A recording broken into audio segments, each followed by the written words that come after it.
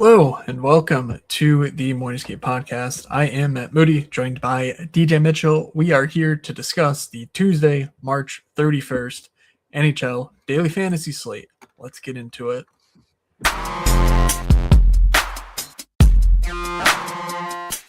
You're saying they're looking like an idiot.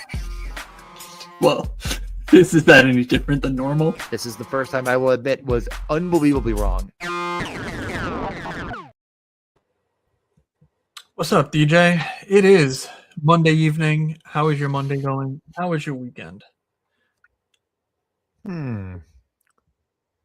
Interesting. I haven't really thought about how that went. Weekend was really pretty good Saturday, pretty piss poor Sunday.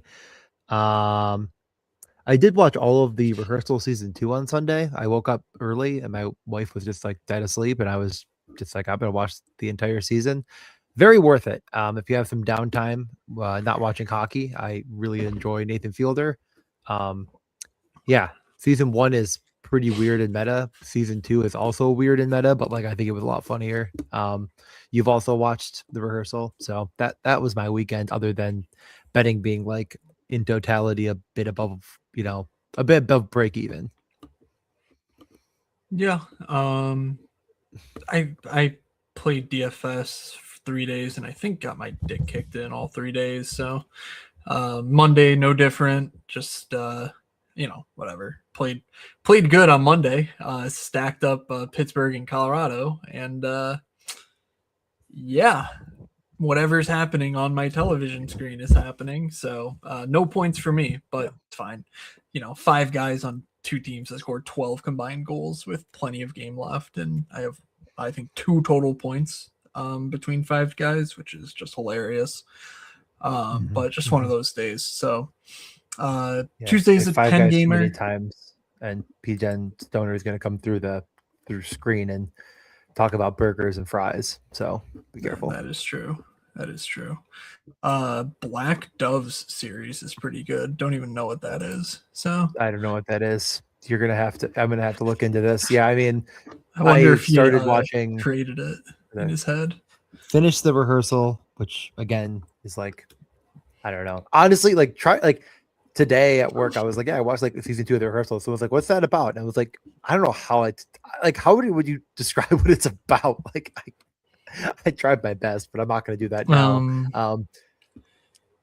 Yeah, I don't even know. Yeah, I don't know either. But then I started, what's it called? Jury Duty season 1. I want to watch season 1, then season 2. And like, I think if you watch Jury Duty and you like it, you'll like rehearsal as well. And they're not the same thing, but there you go. That's all I'll say. Wow. Yeah. Well, Tom has seen Black Doves, and Keira Knightley was, my God, I was of a certain age when Pirates of the Caribbean came out that I was like, oh my God. Yeah. That is, I guess, unfortunately for me, kind of ruined DJ's dreams here, but that was very well played. Very funny. Anyway, we have 10 games, decent amount to get to. I don't know. It's a weird weekend in the NHL. Cassidy fired in Vegas. Toronto fires Treliving. I don't know. When teams underperform, shit happens. I don't feel like I have a strong reaction one way or the other to either, but do you have any particularly strong takes there? Start with Cassidy. It was one of those things where it was like, this is going to probably happen. Kind of felt like the sense around Elliot Friedman and some of these other people. And I was like, really? Like, that's I don't know. It just kind of, to me, it was like, I didn't think it was actually going to happen. Like, Bruce Cassidy is known as one of the best coaches in the league. He gets, has gotten a great track record, Stanley Cups, et cetera, et cetera. Just doesn't feel like the guy you fired to bring in Tortorella. And now the question becomes, is Vegas actually really, really good and the underlying numbers are right and everything comes together and now Tortorella is a hero, or do they not? And it's going to look stupid. Like, I don't think Vegas is really good. So yeah, it could work, but I don't really think the coach is going to matter a metric ton here. Was surprised by it. don't really have strong feelings. I think Cassidy is a better coach than Tortorella, but like results will speak for themselves, and I just don't know if it's that big of a discernible difference. Anything on Cassidy from you, or are you more or less Yeah, good? I Does don't he know. reset things? I understand the eye test of like, oh well, everything's gonna look bad if your goalie can't make a save, but like their goalie's not stopping them on offense, and like they've been. It's not just a few weeks of anemic, shooting percent. Like it has been, they've failed to create offensively for what feels like months now. Yeah. We've been talking about this on the pod pretty much every time they show up, where it's like, yeah, they're just not doing much offensively, and like that's just inexcusable. I do wonder if part of that though is they kind of made their bed trading for Calgary Flames defensemen, Noah Hannafin, Rasmus Anderson, and those guys just haven't been good. So, and I was reading, I think Jesse Granger's piece about it, sort of mentioned that Cassidy's style didn't really mesh with them, and none of them they weren't going to turn into Alex Pietrangelo basically, which was kind of like what the team was built around before that, and I kind of buy it. So like maybe just getting something different in there can sort of fix the talent that's not playing well, but it certainly didn't strike me as, oh, give Cassidy another month and he'll get these guys ready to go in the playoffs. So like if you're going to do it now, I always find that kind of rhetoric really interesting, where it's like, yeah, I just don't think these defensemen who, I mean, again, like it's very hard for me to really get excited about like that whole situation. Like Hannafin was never really a DJ's dude. I fell for the trap in Best Puck because he was just on the top power play unexpectedly. Rasmus Anderson, I think, is a bit more of a guy that I think is maybe a little bit better than the field thought or thinks. But they're just not using him in the right position. But I don't know if that's inherently a Cassidy issue as much as it's sort of like Theodore's better at doing what Rasmus Anderson does best, and Theodore just hasn't been at full go this year. But like, I guess maybe I got to read that piece because I'd be interested in knowing more about like what exactly Cassidy was doing, what style wasn't contributing to those defensemen. Yeah, it was I guess specifically being like the better, net but front like, play and how in the heyday of Martinez and Petrangelo, they did such a good job of clearing shots from the outside without screens. And like Cassidy for years has made his goalies good. Like that is a known thing. It dates back to Boston. And then this year, obviously, the worst results in the league from their goaltending. And it's like, I don't know if that's really his fault. Like we have so much track record, but also like there's I kind of bought what Granger was saying, and not that he was like, oh my god, this is great, but like, hey, let's get something totally different in here because we know that Tortorella doesn't want shots getting on goal from anywhere. So like fucking Mark Stone, take your broken rib and dive in front of that puck and break another rib. Like that's hockey, baby. So I don't know. Yeah. It's interesting. Toronto's not any. I don't think Toronto's interesting. Toronto's just sad. We knew Trilliving was a disaster from day one.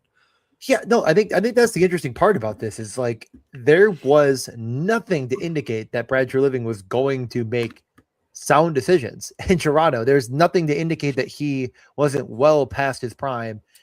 He made a horrific Matthew Tkachuk trade, and that's I don't know what you could even point to say there's anything he's done prior to I don't know when. I'm trying to think of the last time I could think of something he did that I thought was inherently smart. There isn't even like draft. Nothing. There's a couple players, but like they made a drafted player in the Calgary Flames that is massively outperforming what they could have been. Like there's some guys there, but like those are guys that just aren't as good as their pedigree even might indicate them potentially being. Like there is nothing. I didn't understand the hire at the time. It made less sense as time went on. But I think the worst, most indefensible part of Brad Trilliving is he just did nothing. Like letting Marner go isn't doing anything. Not making any trades almost at all for a year. It's just so unbelievable when like the stakes couldn't be higher. They replaced Marner with like Dakota Joshua and a bag of hockey pucks. Obviously the Scott Lawton trade is like the last trade he made. Inexcusably bad. Nobody like there is just absolutely nothing but him driving a massive like. Well, let me say this. I'll put it another way. Like there was a problem in Toronto. He made it 20 times worse and then did nothing. Just took his hands off the steering wheel. Like what were they doing not firing him a year ago? Like, I don't understand. So anything you want to add to that, and then we can get to the pod. Yeah, I wonder if their plan changes for Matthias Michelli, because I've liked his game there, and it was reported that he was not going to stay around through this summer. But maybe if a new front office in, that changes. But yeah, otherwise he was a fucking disaster from the start. I have receipts. He's his fucking daddy owns Boston Pizza or whatever the fuck. So he's just one of those golden spoon childs who never had to work for anything and is a fucking moron. And he acted like a moron in Calgary and he acted like a moron in Toronto. Never change hockey, never change. All right, 10 games on Tuesday. Here is the rainbow sheet. I don't know, DJ, if you are prepared with any sort of narratives we need to be on the lookout for, or should we make those up as we go? There's one obvious one, but I think I'll do the birthdays as we go again. I kind of liked that surprise and having you guess. But the Bane narrative is the DJ in attendance narrative for the Buffalo Sabres game tomorrow. Biggest one by a long shot. I have to pull up we should share the sheet. I'm not seeing it if you're not sharing it. I see it's like ready to be shared, but pull it up. There we go. There were a lot less, like last Thursday, it was just littered with 6.5s, way less on this slate. So I do think that will condense ownership a bit, even on a 10-game slate. And so I think it's going to be even more important to like try to pick out which game could be the game that no one's thinking about. I mean, Sabres and Islanders, 6.5, Montreal and Tampa, 6.5. And then it is Detroit, Pittsburgh, Carolina, the Blue Jackets, and Seattle, Edmonton. So kind of 50-50. Last slate, it was like, we had 13 games and only 2 weren't 6.5. So 50-50, I think it's definitely going to drive ownership in those directions in those games with some pretty obvious spots. I can't really think of anything crazy off the cuff here. There's some injury news and notes to keep an eye on. Some players that came back, some players that'll be out. Maybe really the most interesting spot on this slate that I'm going to be very, interested in knowing what people do with is Philly, because Philly has just been really fucking good. Their prices have come up a bit, and they're playing the Capitals, who have been pretty piss poor in a game that on paper looks awful. But like, even with Owen Tippett going God mode over a week, he's 5,200. Zegras has been awesome. He's 4,700. Like, that is a spot I'm really interested in myself. So excited to kind of run through this slate. There's obviously a few spots that I think are more interesting than others, but even some of those 6.5 games, it's kind of tricky to find a stack you might fall in love with. So I don't have any crazy narratives, and we'll do birthdays on the fly. All right. I'm just checking on making sure that Chicago number is accurate. But yeah, there's no duplication or anything, like a doubling of the numbers on Natural Stat Trick. So I guess we got to talk about Winnipeg when we get there, because Chicago giving it up lately. All right. And yes, Tom notes the same. What'd you say? Pittsburgh 8th goal, no Carlson. That's great. Any Chinikov or Rust, maybe? Rust scored. Yay. Okay. I'll take that. Yeah, six birthdays today. No, one goalie, 6 players. Okay. Dallas leading things off against Boston. I'm actually curious. Are you looking at the lines, like the Vegas? Actually, I just pulled it up. All right, Dallas slight favorite, any 5.5 here. Mikko Rantanen returned over the weekend. He looked Mikko Rantanen-ish, so nothing really, nothing problematic, nothing overly exciting about his return. But we don't know what the lines are going to be, because Michael Bunting got hurt in Sunday's game, and they called up Cameron Hughes to replace him in the lineup. It sounds like Rupe Hintz and Sam Steele are going to remain out. So I have them loading up the top line with Robertson, Johnson, Rantanen, Ben, Duchesne, Bork, Blackwell, Ritzcovey, and Ernie, Hughes, Beck, and Huru. But we could see, normal Robertson, Duchesne, Bork, and something like Ben, Johnson, Rantanen. I'm not sure, so keep an eye out there. But just off the cuff, any takes on Dallas here heading into Boston? I mean, Boston is been lifted a bit by Jeremy Swayman as of late. I'm not even sure if Jeremy Swayman's really done anything worthy of mentioning. I mean, he's just won a couple of games and had a decent save percentage over the past little stretch here, but they're just winning. And Swayman plays every night. I think that could keep ownership away in a 5.5, of course, and it's kind of top line or conceivably nothing. It is kind of like a Maverick Bork. Yeah, I don't know. I think it's top line or nothing here, and I probably just don't end up doing it, just because of how price prohibitive it is as a full stack. Rantanen is like probably 1,000 too cheap. Maybe not though. Like he wasn't really shooting a ton before the injury, and now as he's come back, he has an 18 in there, but Yeah. it still feels really tricky. Versus past years, Rantanen's shot rate is a bit down, but his DK point rate is a bit up. So that's positive, at least relative to the league as a whole. There's some ability to quibble with just the general up and downness of it because it's based to the league average. And so if the league average shifts over time, blah, blah, blah. Okay, whatever. Who cares? Basically, Rantanen, I think, is totally fine. I think he basically, if the industry is not projecting it this way and we don't get confirmation, I'm very curious at 6:30 sort of what the field does with this news if it hits. Just because, I don't know what the projection's going to have as far as who plays on that top line instead of Michael Bunting. And if it's J-Rob or Ben or Duchesne or whatever, just kind of playing that side of it. So I think the information edge here is more appealing than anything to do with how the game actually looks. Miro's price has fallen, 5,300. He's been good. Thomas Harley, 4,500. We talk about him every slate. I think his blocks have cooled off a little bit, but he's still a fine play regardless. Anything else before Boston? Nah, let's just get to Boston. I mean, it's top line or nothing. It really is, and I'm probably fading it. Well, yeah, Boston. The second line has been incredible. So yeah, last game. So obviously, Kuznetsov, Minton, Pasta, Middlestat, Zaka, Arvidsson, Reichel, Lindholm, Geeky should stick. That's they came back last game and they didn't.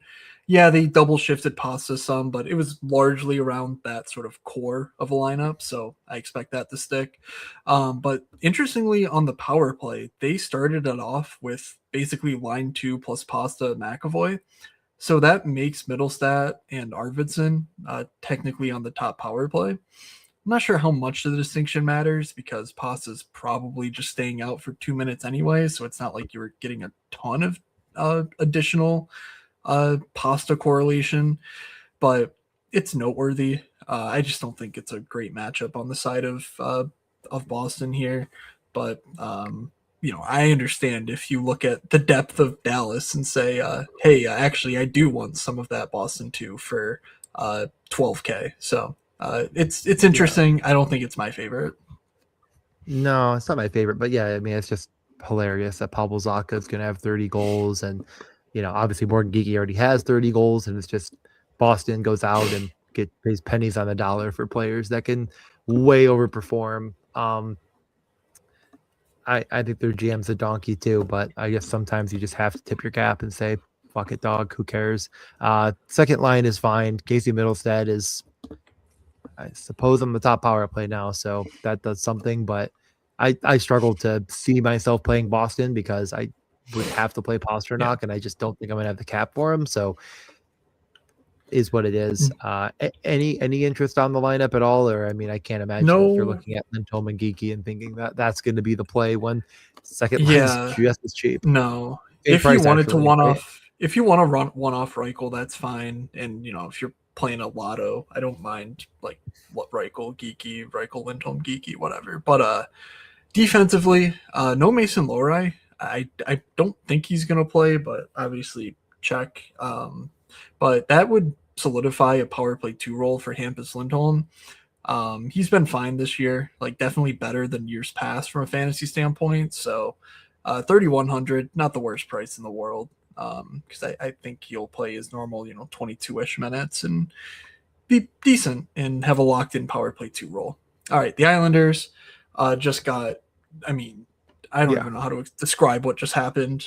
They went up 3-1, I think, in the second. They managed to give up 5 goals in the second. They gave up 8. No, they went up 3-0, right? No, I think it was 3-1. Okay, 3-1. They gave up 7 straight goals then to close the game. So this lineup's going in the fucking blender.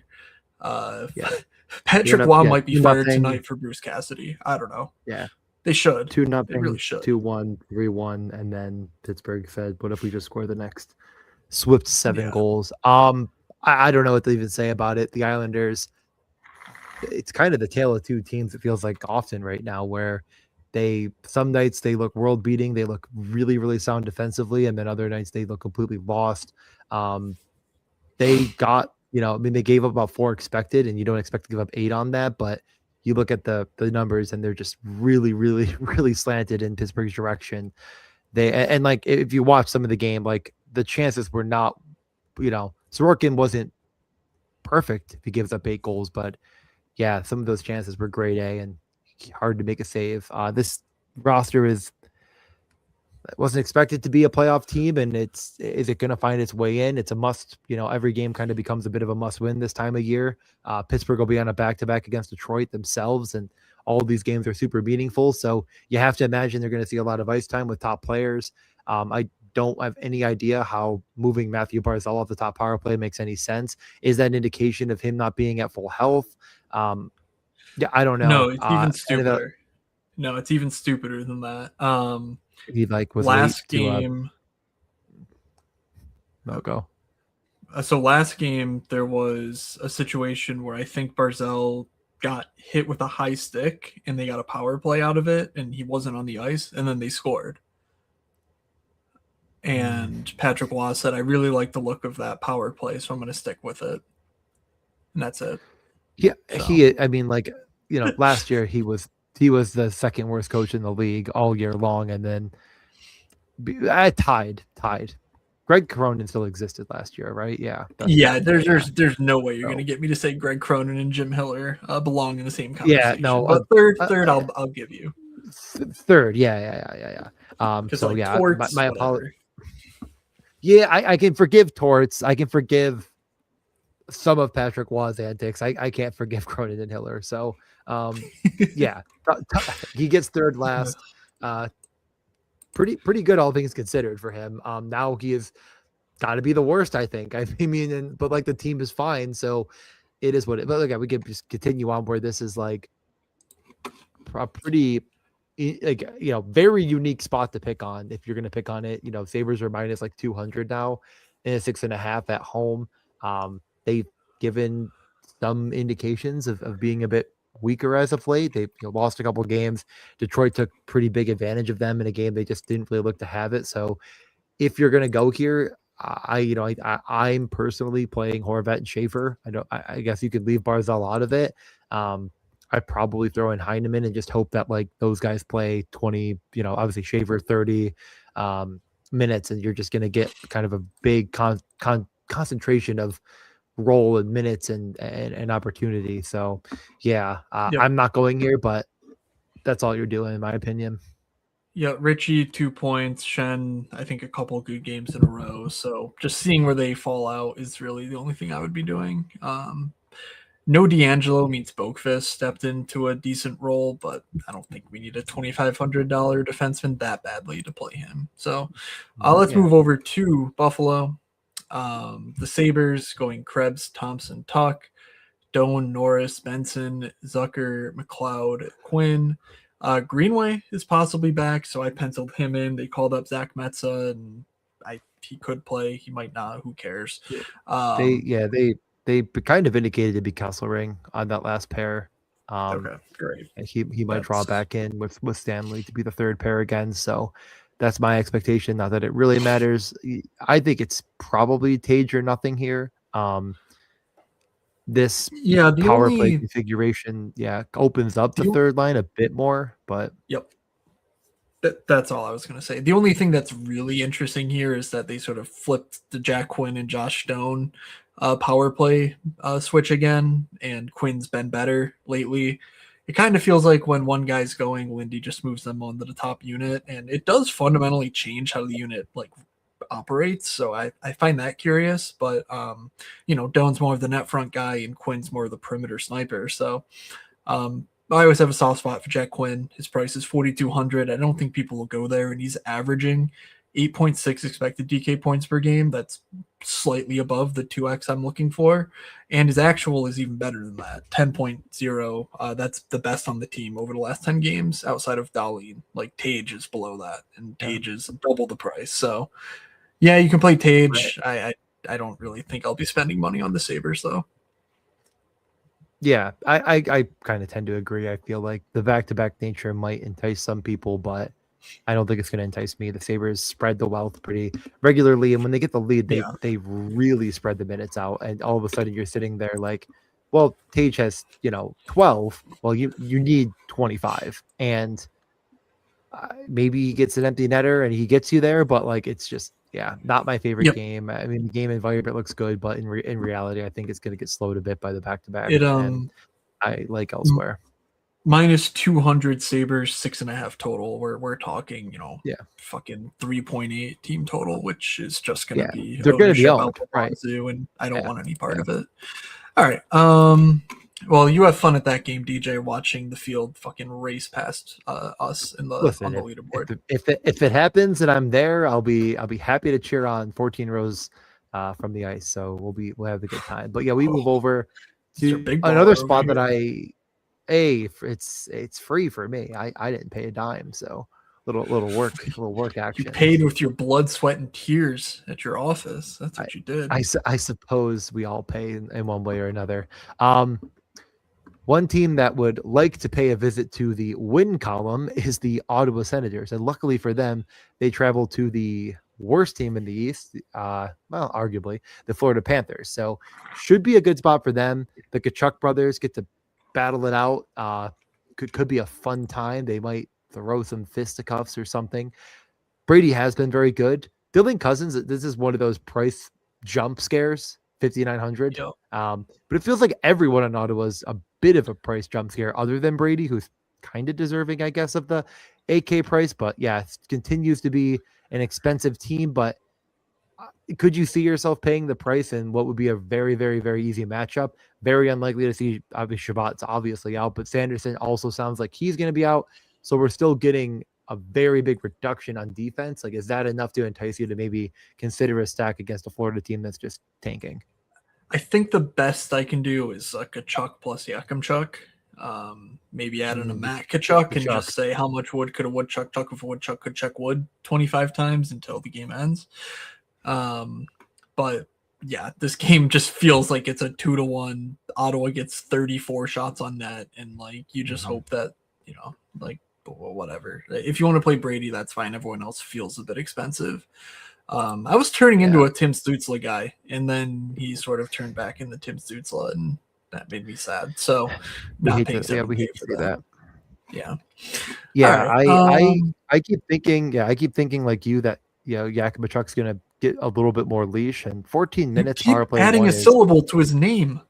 Didn't we already have this discussion, or did I think about this and not yell at you for it? Yakimchuk. Yes. There's no extra A. Correct. Okay. I like adding the extra A for emphasis, but the point being is, I think I agree with those two. I think those are my favorite two. And I don't know if you have to play Dylan Cousins. Probably should just not. Yeah, that sounds about right to me. All right, Florida. Last game, everyone on Florida is quote unquote hurt. They're just whatever. Who cares? They're openly tanking, but because they won 2 cups, the NHL's not going to do shit about it. Mackey, Boakfist, Greer, Verhaeghe, Lusterine, and Tkachuk. Obviously, that's their top line, but I'm not updating the fucking Panthers to make sure that everyone's in the correct and proper order.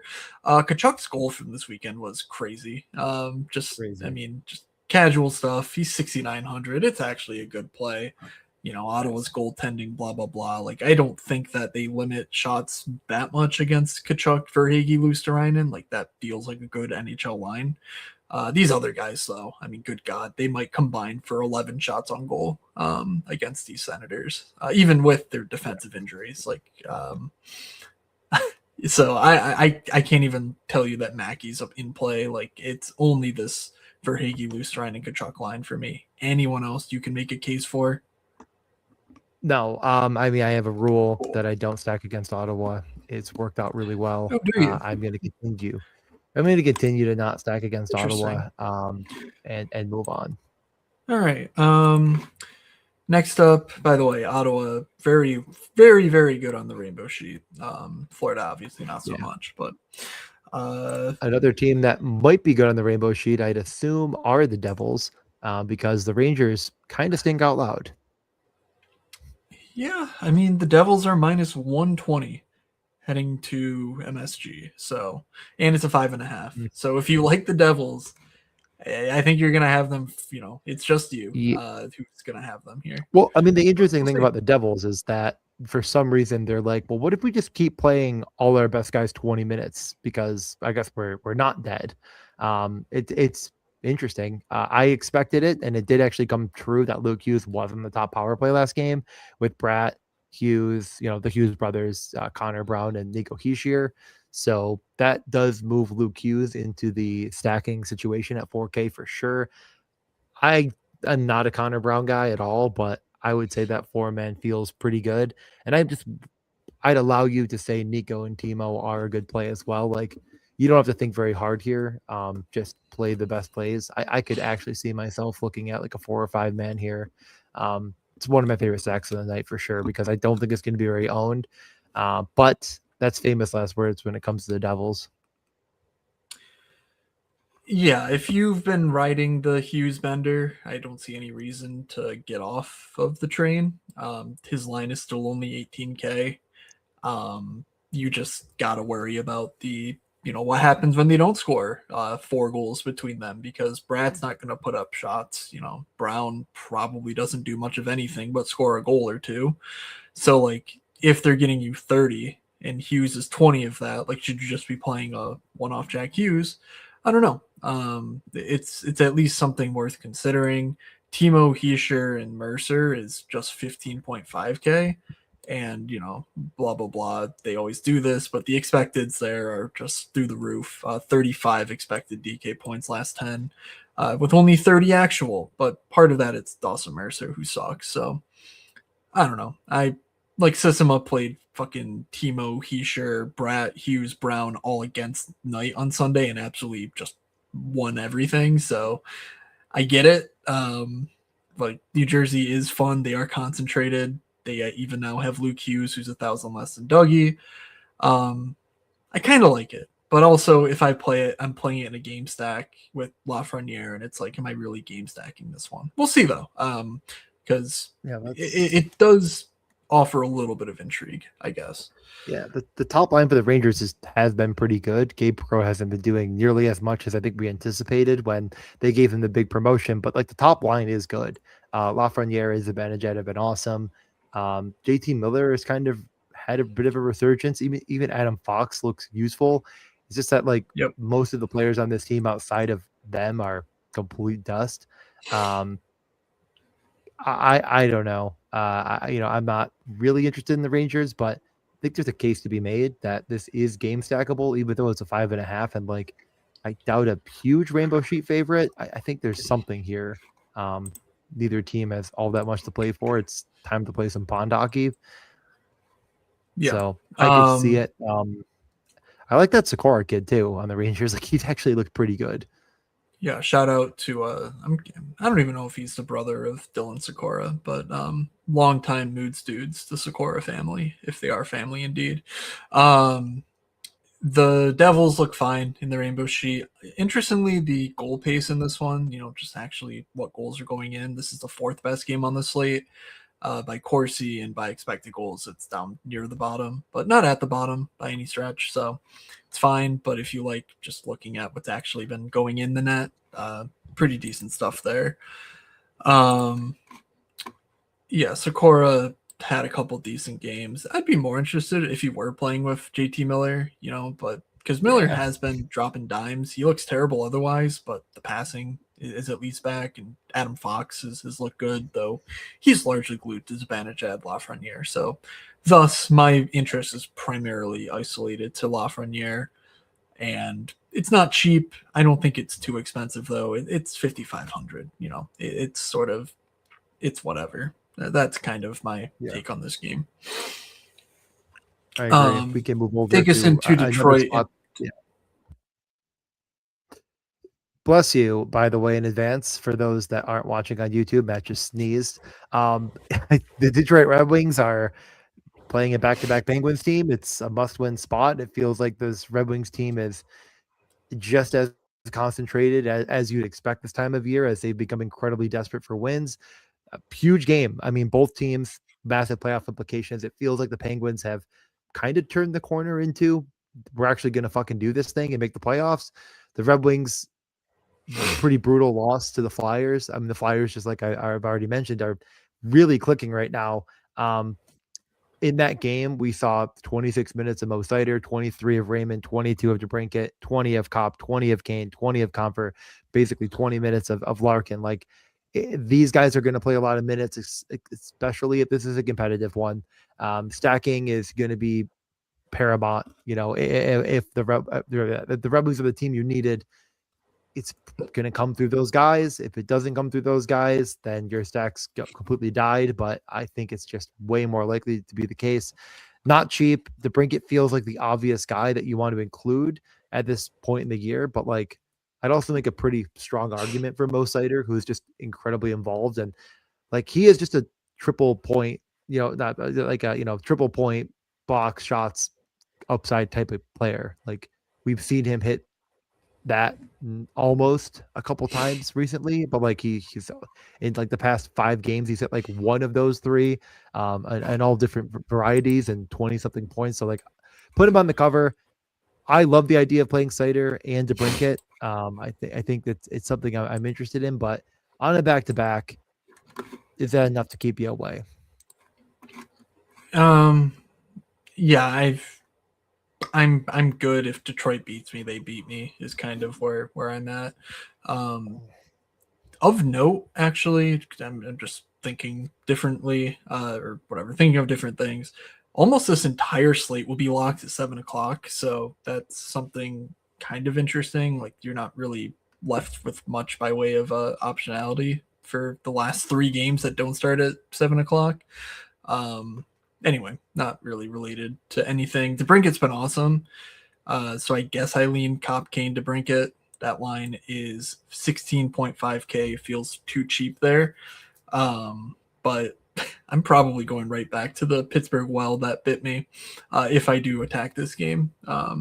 They just feel good. Erik Karlsson still looks incredible. Yeah, I didn't get a point. Sucks. It seems inconceivable. But I think he had like 3 tertiary assists, and sometimes that shit just happens.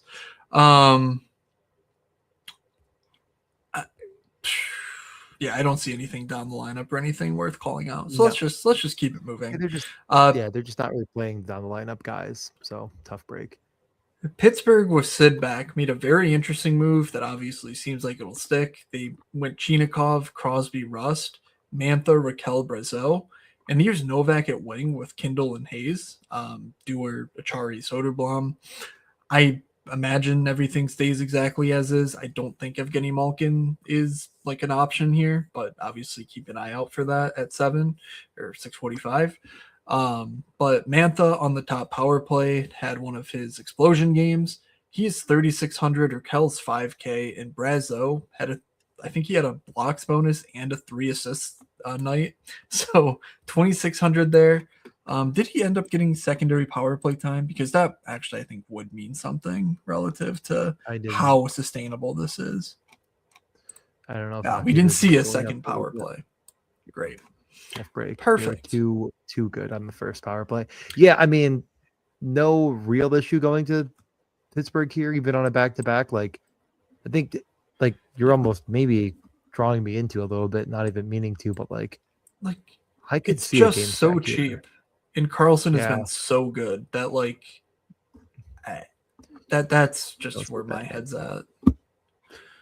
Yeah, I like the game stack here. I mean, it's expensive when you throw in DeBrincat and Cider, but like you could just play like Mantha and Raquel or something of that nature. I don't know. I'm really gonna think about this one as a game stack. Like, should see a pretty good concentration of minutes.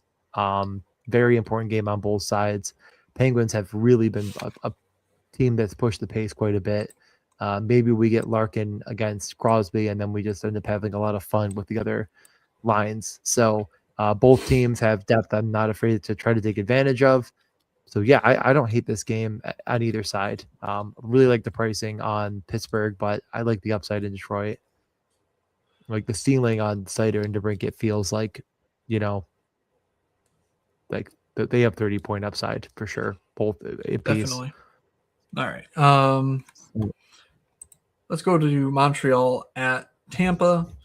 Not expecting changes from Montreal coming off of their win in Carolina. I think that's their second win in Carolina or against Carolina in 2 or 3 weeks. So good on them for making the Sabres the 1 seed possibility real. I think Tampa's going to keep this going and hold them off, but didn't really think that the 1 seed was in play until Carolina sort of flatlined lately. In any case, Yeah. Slavkovsky, Suzuki, Caulfield, Newhook, Kapanen, and Demidov, Anderson, Dano Gallagher, Bolduc, Evans, Texier. This top line is obviously where the interest should be. If anything, it's almost 22K though. Just one thing to know, Oliver Kapanen was back on the second power play last game. Not that he's great or anything, but I think that makes the second line slightly more interesting. We know Kapanen and Demidov have had some chemistry this year. And while most of their smash performances were when Slavkovsky was there, Newhook's fine. And, Kapanen and Demidov specifically is 7,400. Don't hate that idea. And also, there was a very good athletic article about Demidov that I think it was Arpon who wrote it. In any case, about like his upbringing and like his dad quit his job basically betting on one of his children making the NHL. Kind of insane shit, but it was interesting nonetheless. By the way, this was when he was like 8, not when he was like 15. So I found that curious. Glad my Anyway. dad didn't do that. Yeah. Jeez. Glad he stuck it out at Kodak. Yeah, my parents showed up to a hockey game and my dad goes, "Hey, you're gonna get your scholarship through school, buddy." So yeah. Mine were like, shit, he's not doing either of those. So hopefully he goes to St. Bonaventure. And he did. Well, they were like, hopefully the school bus hits him so we can sue the school district. They tried their best. It didn't work. But Montreal, I actually think this is a decently sneaky play. It's just very, very, very expensive, but I like it, I think, more than the average bear. Like, top line is ultra correlated. It's been incredibly good. This team just continues to click. It run completely through this top line, and I don't think anyone's going to play it. And Tampa's been definitely leaky. Of course, the past couple games without Kucherov, as he's been sick, have really hurt that.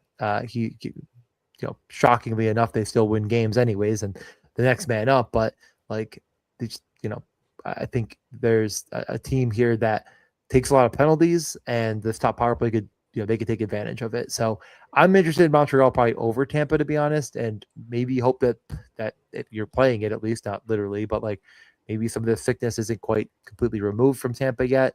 Maybe that they're really not feeling like rushing players back if they're not feeling 100%, because even though they'd like the 1 seed, they're definitely a playoff team. So what's really the point? I don't know. I'm somewhat interested in Montreal 1. Yeah, just some stats there. I mean, the 21.8K price tag does like immediately go, oh, you can't do that. But then, their expected DK output over the last 10 games, 40.5 points. That's not quite 2x, but that's probably the best on the slate. And their actual output, 45.3. Like, that is more than 2x their current salary. So, like, yeah, there's a little bit of good fortune going on, but it's clearly sustainable production. I mean, they've been incredible. One more interesting thing, I guess, is that Lane Hudson's been moved down the lineup, so he's not playing with Caden Gooley. He's playing with Struble, which cuts his 5-on-5 ice time considerably. Doesn't really hurt his like ultimate ceiling, but it sort of makes him, like I would not play defenseman with Montreal one because he's going to be glued to Matheson and Dobson at 5-on-5, and then the power play of Hudson, like it doesn't really feel that clean. So just a thought there. On the Tampa side, we do not know the status of Kucherov, as DJ is alluding to. He missed both games this weekend due to illness. Pour one out for the Best Puck Bros that had him carry, to the semifinals, and then he just says, "Hey, have a good one." So obviously, they hope to get him back. TBD whether that actually occurs or not, though. I'm guessing he plays. Could be a 3-4 day thing, but I'm guessing it's just a couple days and he's back. Now, is he full strength? Who knows? Hagel, Strelly, Kucherov, Gonsalves, Point Gensel. If Kucherov does miss, Gonsalves was on the top power play. So that's interesting. He also was playing primarily with Strelly and Hagel. So, and then Perry was with Point Gensel. I don't think I'm that interested either way, but it is at least interesting. Also, Victor Hedman remains out, so Charles Edward Destu went absolutely apeshit one of the days this weekend and made me very sad for not playing him in DFS, but live and learn. Never doubt Destu. Yeah, I'd agree with the Destu of it all. Tough to know what we're going to see in Tampa. I like the Montreal side. I don't think I'm like, yeah, the prices have come up, but they haven't come up as much as Tampa has recently, and I'm just not chasing these prices. Of course, Kucherov is well deserving of the hike. It's just like, yeah, it's not for me. I guess I'm a Montreal respecter, so keep an eye on what they do, and maybe there'll be something interesting here, but not right now. This next game is finally our first birthday. There's actually 1, 2, 3, 4 birthdays that aren't on the slate, so happy birthday tomorrow to Trevor Moore, Taylor Ward, who probably won't be playing much for LA anymore anyways, Kiefer Sherwood, who just hit the ice, and another player that played this year, but not much, Jonas Ronbjorg. That sounds right. There's 2 players. One of them in this game. Do you want to take a crack at whose birthday it is in this game? Eesh. It is not on the Philly side. Make it a little easier for you. Okay. Is it Connor McMichael's birthday? It is not. I would say a player that has more points than him this year. It could be a lot of guys. Yeah, didn't help much. Dylan Strome is a player that plays a different position than Dylan Strome. Chikrin? Yeah, Jacob Chikrin's birthday tomorrow. Okay, so, great. Happy birthday to Jacob Chikrin. We have done it. Talk about Philly now. Zegras, Tippett. Next question. Pretty much, yeah. It did not go unnoticed that Bump Kate's Michkov is now a line for Philly, but ultimately, that's, I don't think, a 10-game slate thing. They're 9,500. But Barkey has taken the power play role that Bump was possessing, so just a little fringe ding to his value, and therefore it's just very tough to sort of rationalize. But Michkov and Cates have been fine lately. They are 7K, 16.6 expected DK points, 15.3 actual between the two of them. Bump is clearly a guy who we're betting on long term here. So if you need a super punt line, that's totally fine by me. But the primary interest here for me is definitely Zegras and Tippett. Tippett, of course, has been otherworldly. He had a hat trick in Detroit, had sterling numbers leading into that game too. So he's on a multi-week stretch of really impressive hockey. He's only 5,200. He's a volume shooter. There's really nothing more you can ask for from him, yet the price remains below Travis Konechny, which makes literally no sense. But Zegras, not to be outdone, has been very good himself as well. Some of this number is, expected fantasy points that counts primary assists heavily. And guess what? If Tippett's nuking, his center and power play line mate is likely doing, some of the trick there. but it is, in part because Zegras is shooting a bit more as well. So 4,700 for him, I think, is very much in the cards, but you don't need to Stacko and tip it. Truthfully, I still Ooh, like Rasmus there Ristolainen on was defense. All right, go ahead. some breaking news. Is it in here that Porter Martone is going to be in tomorrow? No, I did not see that. Oh shit. Yeah, they Alex did Bump, take a confirm. seat.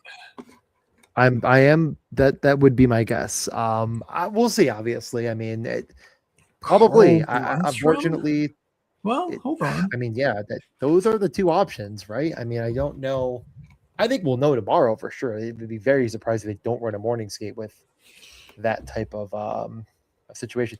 Thus, I mean, again, 32 Thoughts today said that he was trying to make the game on Sunday, and that just wasn't going to be in the cards, and that they did expect him to be in, but he will debut tomorrow. That is true. I Okay. do not believe we know what line he will be on. Um, Yep. Everyone else had off because it was a back to back. Beat yep. writer, the So athletic article doesn't. Uh, yeah, I doesn't think say anything. I think we probably, we assume he's going to jump in for Gunstrom or Bump. Yep. Both of them would become interesting. Is he on the slate? Another great question. He's not a I winger if he's on the guess. slate. So they've talked about him playing net front. So I would guess they put him on the top power play in place of Michkov Yeah, if that he's happens. not on the slate as of right now. They'll add him if he's going to play. I'm not that worried Yeah. about it. Okay. Just letting you know. I bet I'm guessing he'll be 3K like Frindell, and yeah, but very much keep an eye on where he ends up slotting in. It definitely does change things. I wouldn't be surprised if he's anywhere. I mean, one of these guys is going to come out and he's going to bump into one of these spots. I could even see him being with Secrets and Tippett, to be honest. We'll see. We'll see tomorrow, but that is of note. So yeah, I'm excited for this spot. The Capitals have been pretty bad. I guess the only other question I have for you is: are any of these defensemen on the Flyers interesting to you? Like Just Risto, top Risto. power play? Yep. Yeah. Okay. Perfect. All Great. right. Washington in practice today. No, no Protoss, so that's confirmed. Not sure about the D pairs. Again, I just left what I had, which has Cole Hudson on both the top and third pair. I don't really know what's going on there, but I think, as discussed, Chikrin's the only guy who's somewhat interesting to discuss. But he's been very much neutered by something, whether it's the team or the presence of Cole Hudson. But something's very different there. Um, they rolled forward lines, though, of McMichael, Strome, and Ovi. Ethan Frank, PLD, Tom Wilson, Bavillier, Sordiff, Leonard, Duham, Kampf, Miroshnichenko. Kampf makes his, I think, debut. This NA makes me think that he hasn't played, therefore. I think so. But Yeah. in any case, not going to see a ton of ice time in the fourth line. And then these other three lines are super cheap. So it kind of depends on how you feel about the Flyers. But Washington is at home. Last game, they used first over the boards Strome, Ovi, Chikrin with Sordiff and McMichael. Technically, the PLD Wilson Leonard unit was their top power play unit with Ovi. Obviously, Ovi plays the full power play, though, so that unit scored. I expect it to remain top power play billing. So a little bit interesting there. I think McMichael is interesting. He's been better of late, 9.5 expected DK points per game last 10 versus 7 actual. Yeah. His season numbers are certainly far worse than that. So um, I like McMichael. If you want to stack him with Dylan Strome, these price tags are just too low. 13K top line for Washington. Yeah. I mean, it's fine. It's a play. Sorry to bore McMichael, you. No, Washington bores me. I think you could even just one off McMichael. Like, whatever you want to do here. Like, I'll take a peek at it tomorrow. The Flyers have been really good. I'm probably not stacking Washington, but nobody's going to be. So it's a different way to do things for sure. No one else is really all that interesting on this team right now. So why not? Yeah, I mean, I don't even know. I can't in good faith say I'm going to play Chikrin and Oracle Hudson or really anybody else. So I like McMichael fine. I probably end up more of crossing this team off. I just don't feel a lot of upside here, but I get the point of McMichael coming up the lineup being intriguing. We have 3 games left though, and we have 3, I think, really important good games that aren't Philly and Washington. And we start with Carolina at Columbus. Carolina, as we just mentioned, been a little bit leaky. They did get Shane Gostisbehere back since we last spoke. That is very helpful. He is just playing and had played on the season way better than his price right now would indicate. It is a very good matchup in a very up-tempo game against the Columbus Blue Jackets. Is it enough, though, to lead you to playing Carolina when we are famously not play Carolina people? Yeah, I think that remains the case. Sorry. I certainly don't think Columbus is a good hockey team. Like, people are going to try and tell you that they're like a dark horse or whatever. I don't think so, but it's fine. The East is full of a bunch of teams that are fine, I think. I don't know if they like. I imagine these lines are just what they are, but they couldn't score against Montreal.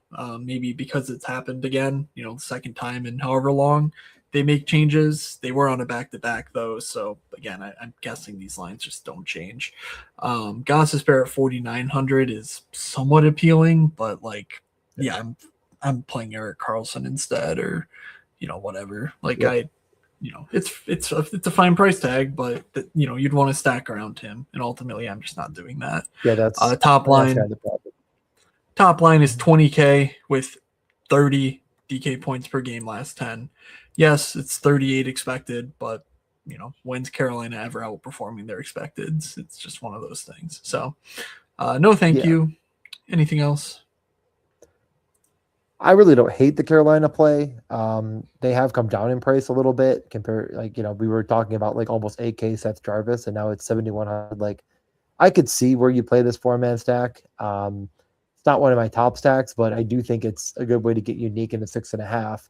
Like, I do think they're going to be played really. I kind of doubt it. So, no, not on the road. No, because this is a Columbus. Yeah, it's minus 130 for Carolina. So we're talking, a 3.4 team total to a 3.1 basically, and I don't think that's going to get a ton of interest here for these prices.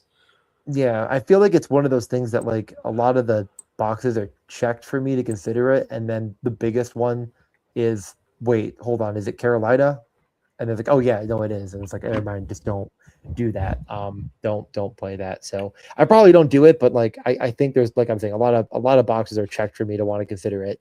Sounds on the good Columbus to me. side, on the Columbus side, it's like kind of the same situation where it's like it's a good game, good pace, team with a lot to play for, pretty good concentration of minutes and offensive role. Are they playing Carolina? Shit, they are playing Carolina. Yeah. Does that limit the upside enough for you to say, I don't really want to play 8,500 for Zach Werenski? So I don't really know if I'm going here. Yeah, here's an interesting thing to sort of discern is, what does Columbus do without Matthew Olivier? He got hurt last game, did not return. Not positive whether he was confirmed out, but I think he's out. And I had to restart my machine before this, so I lost like the old notes. Actually, no, I didn't lose it. Perfect. Let's see. Okay, well, it just says they're injured and out of the lineup, him and Voronkov. So, like, I'm guessing that means someone goes in with Sillinger and Coyle who's not in the top 6 already. Like, maybe it's just Marchment, and you know what? Actually, maybe it's Marchment, Sillinger, Coyle, and then like Kent Johnson on the top line. Keep an eye out for that. That would be interesting.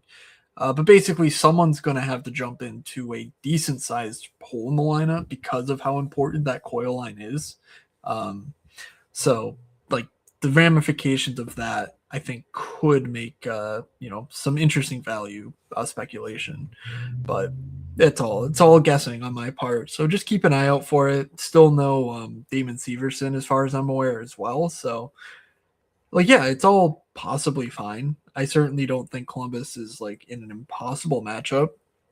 Um, but I just don't know that there's really the ceiling here on a 10 game slate that I want to pay, 17K for the top line or 8,500 for Wierenski or even 4,500 for Charlie Coyle, who has spike games, like very few players this cheap do, but just isn't reliable enough for my liking. Yeah. Like if I'm gonna do something like that, I'm gonna play Michkov. Like yeah, he's gonna burn me most of the time, but if he smashes, he smashes, and like yeah, that's not really what I want to do with my money. I think that's very fair. We can move over if you're ready to the Winnipeg Jets against Chicago. I mean, say what you will about the Winnipeg Jets, they're technically not dead yet. It feels like there's no way that's true. And then you look at the standings and you go, shit, I guess you're maybe right. They've kind of come down a bit of a clip here against Chicago. Like, not a crazy amount, but 6,600 Scheifele is intriguing to me. He was, just a couple weeks ago, 7,900. And I don't really know what changed to make him so cheap. Like, he's been very productive. Connor, additionally, was 8,400 on the March 10th. He's now 7,200. Part of this almost feels like a trap, but I don't think it is. Like, I think this is just a good play in a good game. And I would love to game stack it. I think you could find a way to do that and feel, fine with what you've built here. Like, what on Chicago is possibly scaring you defensively? And the most, apparent why not play that guy is probably Neil Pionk again, the second straight slate. He's not cheap, or I mean, not cheap. He's not a power play one. I meant to say, but he did see more power play run than anybody, not Morrissey on the top line. Like, he is just gonna come over the boards, and they want him to shoot, and he is shooting. It's a lot to like here, a lot to like. So I'd be fine with any variation. Cole Perfetti might be one of the best point per dollar plays on the slate. Like Gabe Villard, like you could talk me into a 4 or 5 man stack here, and I would not say you're crazy. So end of the day, like I'm kind of looking at New Jersey and Winnipeg right now. And then there's a bunch of teams on the outside, but definitely Winnipeg. Yeah. The pricing here is very interesting. The team total, I think, will check in around like a 3.1. So like we might not get super duper steamed Winnipeg. And I'm torn for that reason because like they're coming off of a low event 4-2 win against Colorado over the weekend. I think we can see here Mark Scheifele and Connor have been excellent. And 24, almost 25 points between them, DK points per game for 13.8K. Very good expected as well. So it's not a can't miss value, but like matchup adjusted, like how much is the field adjusting the matchup because of what we've seen from Chicago over the past couple weeks?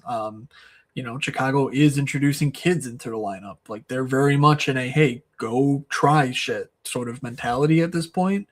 They're without Levshinov as well. So like, even if they had a quasi competent top pair, it's no longer there. Like Korchinski is now in the lineup and we haven't seen anything from him defensively that makes you think, can't go there. So Winnipeg heading into Chicago, I guess all that said, I sort of feel like they're going to be steamed. Let's call it 17% between, 17% of lineups have both Connor and Scheifele or something like that. I think if you want to build it, you build out with, with Perfetti, with Morrissey, something like that, with Velarde, obviously, versus just those two. But yeah, it's a good spot. And I also don't hate the idea of game stacking either. Yeah, I completely agree. I love the game stack. I love the overstack. I think that's more interesting to me. Keep an eye on what Chicago exactly runs tomorrow. Like they did get beaten by the Devils 5-3, and like you're saying, kind of threw shit at the Yeah. wall, and they're continuing to adjust the lineup. So what were you gonna say? Yeah, I think they're gonna like what they saw from that game. They gave up a couple goals late to make it, Yeah. obviously to lose, and they didn't play super well defensively or anything. So I'm not trying to say, oh, they were perfect, but I think we saw enough like between the Lardis Bedard chemistry was certainly there. Frendel Mikheyev, I mean Ilya Mikheyev, I don't understand how he's this bad of a fantasy player because every time I watch him, it's like, oh, he's bulldozing the net with a scoring chance again. And he was playing with Jason Dickinson for most of the year, and I don't really understand how that happens, but it does feel like he's got wheels and juice, and some things I would never have said about him 2 years ago. But him, Frondell, Bertuzzi, I think were their most productive line on the night. And then even Burakovsky and Nazar Donato had their looks as well. So obviously the power play also scored. So there's that. The 5-4 top power play. So I think what we see here is what we're going to get. And it's just Mood's heaven. I mean, we're talking 4K Frondell. He's been excellent out of the gate. Comes over from the SHL, absolute mega stud. Again, looks the part. Bedard and Lardis. I mean, Nick Lardis, Kwasi Moods dude, crushed the AHL this year and OHL dominator, offensively. And I think he and Bedard should have had 3 or 4 points between them in the first 30 minutes of this game. I mean, they were finding each other real nice. And it's tough because it's a 5.5 total. Winnipeg wants to kill the pace. Do they succeed, or does Chicago just overwhelm them with waves of fun? I don't know. Do you have any initial take there, just like yes or no to this game?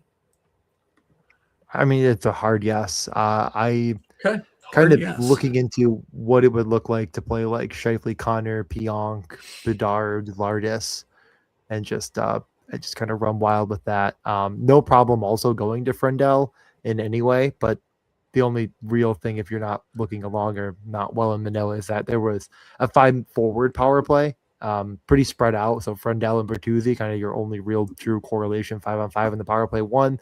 If that sticks, there's really not a defenseman I'm that interested in.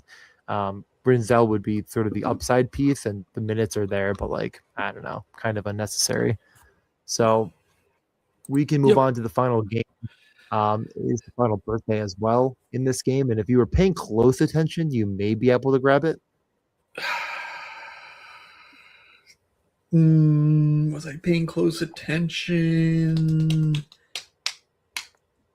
No, I don't know. I said that there was one goalie, and it is a goalie in this game. So yep, you're right. Okay, take your guess. If you're wrong, you die. Happy birthday, Joey Decord. Wrong. It's Connor Ingram. Fuck. Wait. I think we knew this because Decord had a shutout on his birthday earlier this year. Maybe I'm just making that up. See, anyway, if you're paying attention to Joey Decord's birthday, you'd know this. So, anyways, let's not spend too much time on it. Speaking of the narratives, Evander Kane just scored in his 1,000th game. So there's Congratulations to him and to him. Oh my God, if Vegas loses tonight, holy heck. I mean, they're terrible, so it shouldn't be a surprise. Anyway. They are terrible. I forgot about that. Okay. Seattle practiced. Jaden Schwartz is a question mark here, so these lines could change, obviously, but for now, and also Shane Wright got hurt last game, but he practiced normally, so I think Wright's in, Schwartz is out, but TBD. Catton, Beniers, Eberle, Kakko, Stevenson, McMahon, McCann, Wright, Tolvanen, and then Ben Myers, Oscar Fisker-Molgaard, and Freddie Gaudreau. I don't. Did I screw up the spelling of one of these names, or does the NHL do something different? I don't know. Okay, whatever. I'll sort that out in a moment. Anyway, Berkeley Catton, 2,500 moods, dude, playing with Beniers and Eberle. They're getting Edmonton. Edmonton, famously, not very good defensively or in goal. I don't think they do that slash between Fitzger and Molgaard. Oh, okay. Gotcha. Thank you. Oh, no. Didn't work. You talk. You talk about the top line. I'll figure this Oscar. Oh, it's a C, not a K. Okay. I tried multiple combinations of things, and that was not one of them. Well, Not that that's one really either. not it. Fucking talk about the top line, DJ. God damn it. There he is. The top line is bad. The second line is McCann or McMahon. The third, Stupid fish. what? You're gonna call Yeah, I Berkeley know. Catton Berkeley line Catton doesn't bad? do anything. He's minimum salary, Yeah, and he's still not doing anything. Like, yeah, but okay, he's great. gonna. Now we get cheaper guy that doesn't do anything instead of a cheaper guy that also didn't do anything but wasn't playing. He is playing now. Sure, you want to play Berkeley Catton, you can play Berkeley Catton. He's minimum salary. He's really good at hockey. He's finally playing, but he's really not producing all that much fantasy value. Um, I'm not planning on playing Seattle here. I just don't think it's going to make the cut. I'm sorry. Uh, the only player that's producing is Bobby McMahon, and he's massively outproducing as expected. I don't hate Jared McCann at 4,400, but really wasn't doing it for me before he got injured. I just don't really like the matchup. They're spreading the guy. There's not a lot of good correlation that I want to jam into a DFS lineup. Like maybe there's a bet worth talking about here, but it's going to be a no from me. I'm sorry. Okay, fine. That's Yeah, my I'm truth. not getting. I'm not getting to a Stevenson line. I'm not getting to Wright, Tolman, and McCann. But I mean, 920 or 10.9K for Cat and Veneer Saberly is interesting. Definitely on like a later showdown slate is gonna be where I get that, if not main, because Edmonton, famously, not very good. You know, Vegas just fired their coach because they're bad, and Edmonton is just as bad. And yeah, I get it. Berkeley Catton hasn't done anything, but I think he will do things, and therefore, I want to be first to that party, and I'll lose if I have to. In any case, Edmonton Rainbow Sheet not looking too great. The actual goals here though look excellent, positive in every format. So if you say screw the fancy stats, do I have the game for you? Because Connor Yep. McDavid is playing on the other side of this one with Matt Savoy and Vasily Podkolzin, Roslow, RNH Hyman, Szymanski, Dickinson, Kapanen, Jones, Henrique, Lazar, Ekholm's back on the top pair with Evan Bouchard, Nurse, Connor Murphy, Jake Wallman, Ty Emberson. Those are your 25-26 Edmonton Oilers until Leon Draisaitl comes back, which I don't know. He might just be gone at this point. Yeah. McDavid's been awesome again. I just feel like he hasn't had like I think he had the one slate breaker, right? Yeah, the last time out he had the 6-shot 3-point night where you really wanted to have that against Anaheim. I don't hate it here. I think I'm at the end of the day I'm just not going to fade Seattle entirely. But then again, Chandler Stevenson is going to be hard match with Connor McDavid as much as possible. So maybe McDavid is a better play than you'd think. So yeah, I mean, I think I like Winnipeg too much, but there is a part of me that really wants to play McDavid. So I'm torn.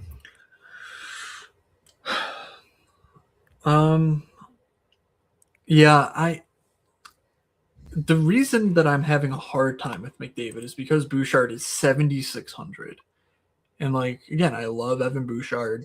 I just there's absolutely nothing bad I can say about him. But like you put those two guys in a lineup and it immediately constricts you. Like Yep. I'm just not sitting here playing McDavid with Savoy and Podkolzin and thinking, yep, 16.8K, I got the cheat code. Because at least one of Savoy Podkolzin is going for 3. Yep. 3 DK points, not 3 points, not 3 assists, not 3 shots. Like, no, just 3 DK points. That's just the way it goes. McDavid's going to jump around the lineup and play with different people. And Bouchard is the one constant. And I just don't know that that's worth 7,600 to me. So I think I'm just going to hope that, hey, McDavid can score 25 DK points.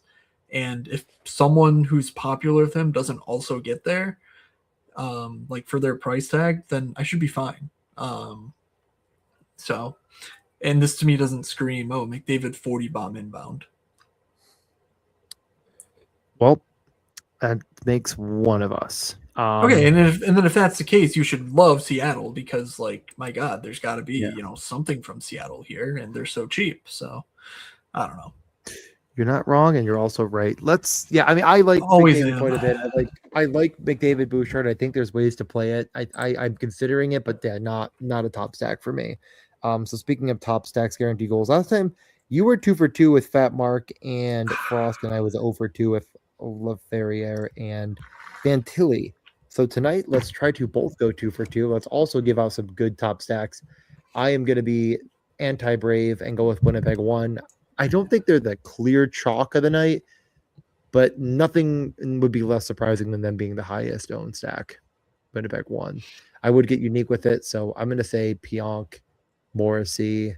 Are they paired together? No. No, they're Right? not. I was updating that while you were talking, so you might have seen. And Yeah, they're not. right now, last game they went Morrissey, DeMello, Sandberg, Pionk, Bryson, Salamonson on defense. Then just Fat Mark with Connor, and I'll say Velarde for now. Okay. Oh, I was showing the defense again, but anyway. Oh, you're fine. Yeah. In any case, for my first off the board, I am going to be brave. I am going to be bold. I'm going to go the Dallas top line. Wow. Keep an eye on what it actually is, of course, but if it is Robertson, Johnson, Rantanen, super duper expensive, but they're really good. We don't see this line often. They're so shallow without hints, and Boston is not a team that I'm like, who is even their shutdown unit? I don't even know, and like that does not matter much to me. It sort of feels like the Islanders. We're like, yeah, there's Jeremy Swayman, but if he has an off night, look what happens. Fucking 8 goals pour in the net. So I think Dallas here has a ton of upside. J. Rob's been incredible, and I think we get him for free. And he's 1,400 less than McDavid, which feels way too cheap. I'm gonna go with the old Brett Hughes, New Jersey 1 plus Hughes. So row it in and lock the key. I'm going with New Jersey and Winnipeg, 2 teams that have notoriously on the season done really, really well and won a lot of slates. And are going to be very they're going to be teams that the field is also not. This is really DJ Stiffs out the chalk on a 10-game slate. This is I've really done it this time. If it goes off at a 5.5 in the Rangers Devils game and New Jersey on the road is somehow chalk, I will have to hand it to you that might be the most impressive nonsense pull you've had in quite some time. For my second stack, I'm going to go the Capitals top line. McMichael, Strome, Ovi. They're heading into Philly. Philly's been playing great, but it's a 13K Washington line with Strome, McMichael, and Ovechkin. There are times this year where that line would have been 18K, and I might have still touted it in this spot. I would have been wrong to do so because Washington is not the team I thought they would be this season, but I also don't think they're this bad to that extent, especially without Protas. Like, the minutes got to go somewhere. Yes, Dubois Wilson still probably play the most, but I don't think it's as clear as when Protas is there with those guys. So I like that they're all power play correlated the best that we can know at this point. And I think there's something bubbling there for McMichael, especially as of late. So give me Washington and Dallas for my actually brave boy stacks of the night. I mean, you win the being brave. It wasn't even remotely close. I really do think this is going to be like I have really done it this time. The more I think about it, I'm like, like this looks rough. Let's do our guaranteed goals. I might slightly cheat. I will let you go first if you would like to go first. If you're already planning on cheating, please go first. I want to know what you're cooking. Hold on 1 second. Let me just see how far off it is. I might not be off at all, actually. Why am I not? Oh my god, because I'm not in the wrong spot. No, this is totally fine. Give me Nick Lardis, and I will let you pick between DeBrincat and Brady Tkachuk. Let's do Brady. That sounds fun. I think so too. I like them both, but I think Brady is the take here. Okay, Brady Right. and Lardis. I'll pass. I did. I did. I don't know why I thought Lardis wasn't going to be enough to get up to those guys, but I really only leave off like Hughes and Pasternak. Okay, Lardis and Brady. So Not bad. you could not, if you want to go high low with me, go right ahead, but don't pick those two. I'm gonna take Jordan Eberle for my first guaranteed goal. I mean, yes, Catton doesn't do anything, but I mean, revenge game in Edmonton. It's got to be the 75th revenge game of Jordan Eberle's career, so there must be some sample size there to how he's done. But Catton and Beniers feel like the two guys on this team that it's like, hey, I need you to score a goal. My family's being held hostage. That I would say, okay, I want him to, I want to play with those two guys. So that feels good. There's always 19, 20 minutes in play for Eberle. 4,100 price tag feels too low. So let's go Jordan Eberle for number one. That leaves me a very nice 6,900 for take two. And since you let me pick, I'm going to let you pick Nick Suzuki or Uri Slavkovsky. I feel like it probably is just Suzuki, right? Okay. Nick Suzuki it is. I really like both. Nick Suzuki's been shooting more I know lately. that This is line's been tough. awesome. Like it just, I mean, honestly, when the line's playing I this well, like it just doesn't matter. Like it's just don't even, like I they're in would the say I flow. wouldn't think you were wrong taking Matt Kachuk either, but I get that you don't want to take both Kachuk brothers in the Kachuk pool. Let's go Suzuki. No, yeah, that's for a different podcast. Actually, the two Kachucks. Is it freaking I can't read winger podcast? It's the That I you hate listen to women. Oh every wait, day? actually, he loves women. How could I forget? All right. Yeah, not my. Don't want to. I wonder. I honestly, I've considered listening just to know what exactly the fuck goes on that thing, but I don't think I'm going to. Like, what are they talking about? I don't know, but that clip that made it out was really bad.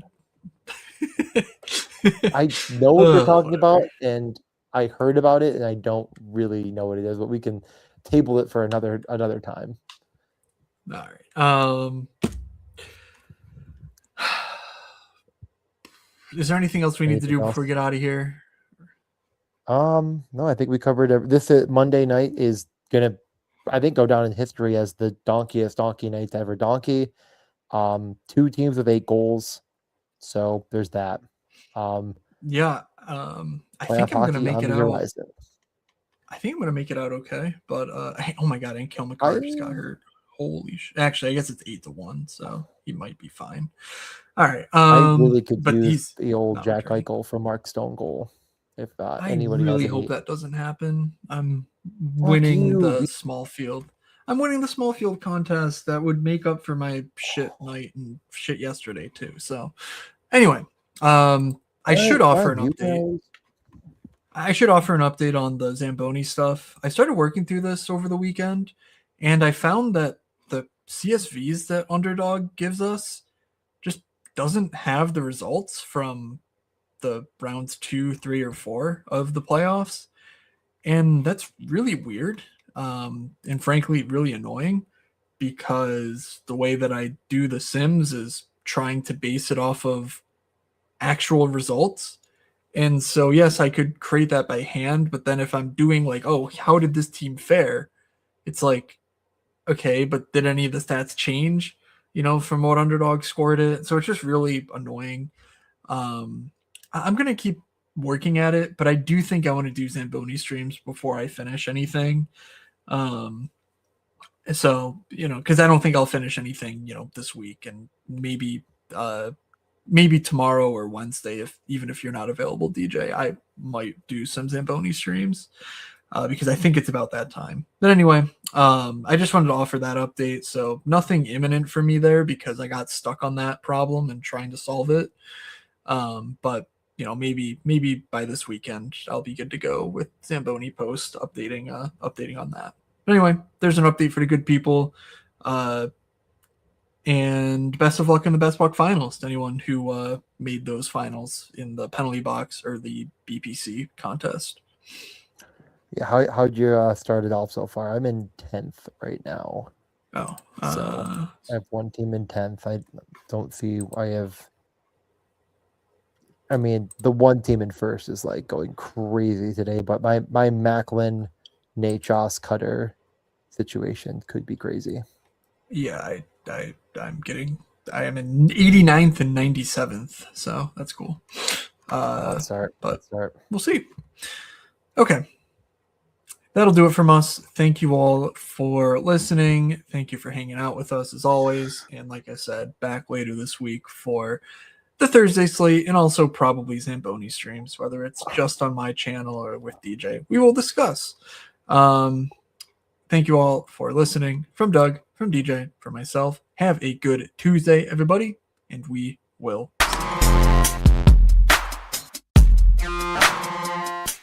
You're saying they're looking like an idiot. Well, is that any different than normal? This is the first time I will admit was unbelievably wrong.